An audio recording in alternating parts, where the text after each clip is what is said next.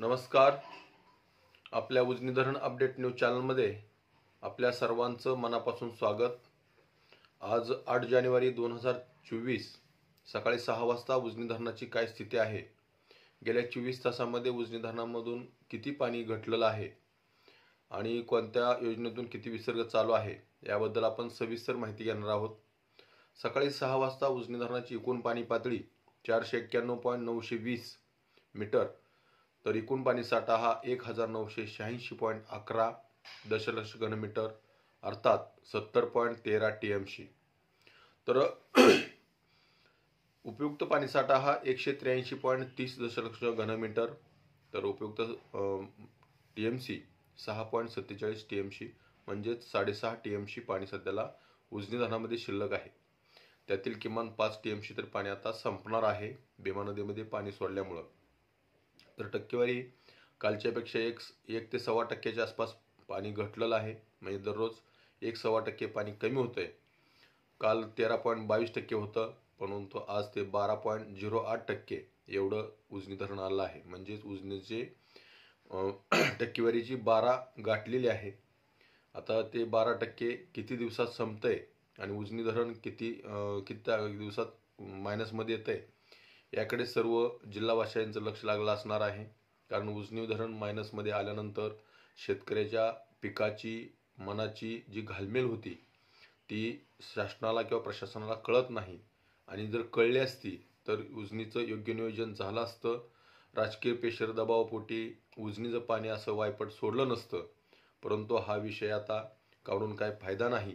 तर सध्याला उजनी धरणाचा बाष्पीभवनाचा वेग ही थोडासा कमी होतोय, कधी जास्त होतोय. काल 480 होता, आज 4.58 मिलीमीटर आहे. तर उजनीतून सीनामाळा उपसा सिंचनमधून 297 क्युसेक्स, दहेगाव उपसा सिंचनमधून 120 क्युसेक्स आणि बोगद्यातून 200 क्युसेक्सचा विसर्ग सध्याला चालू आहे. तर उजनी धरणातून पॉवर हाऊसद्वारे 1600 क्युसेक्स आणि डायरेक्ट नदीत 4 मोऱ्यातून 3400 क्युसेक्स असा 5000 क्युसेक्सचा विसर्ग उजनीतून सध्याला भीमा नदीत प्रभावित होतोय. भीमा नदीच्या ठिकठिकाणी जे बंधारे आहेत, वापेगाव असेल, टाकळे असेल, खाली पंढरपूर असेल, बटाणा असेल, ह्या बंधाऱ्याची दारं काढण्याचं काम सध्याला चालू आहे. कारण हे पाणी वेगाने पुढं सरकावं, लवकरात लवकर सोलापूरच्या औज आणि चिंचपूर बंधाऱ्यामध्ये पोचावं यासाठी हे दरवाजे काढण्याचं काम युद्धपातळीवर चालू आहे. त्यामुळं ज्यावेळेस पाणी पोचेल त्यावेळेस परत दरवाजे टाकले जातील.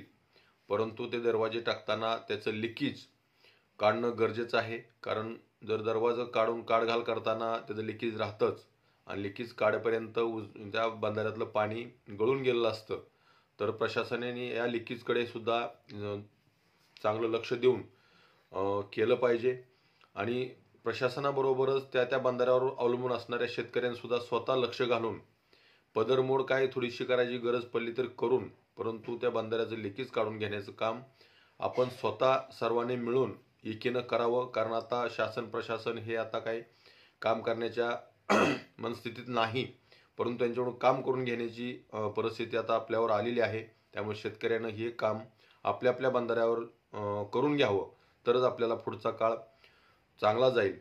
तर अशाच उजनीच्या ताज्या घडामोडीसाठी, ताज्या अपडेटसाठी आपल्या उजनी धरण अपडेट न्यूज चॅनलला लाईक करा, सबस्क्राईब करा, शेअर करा. उजनी धरण अपडेट न्यूज चॅनलसाठी बेंबळेहून सिद्धेश्वर शिंदे. धन्यवाद.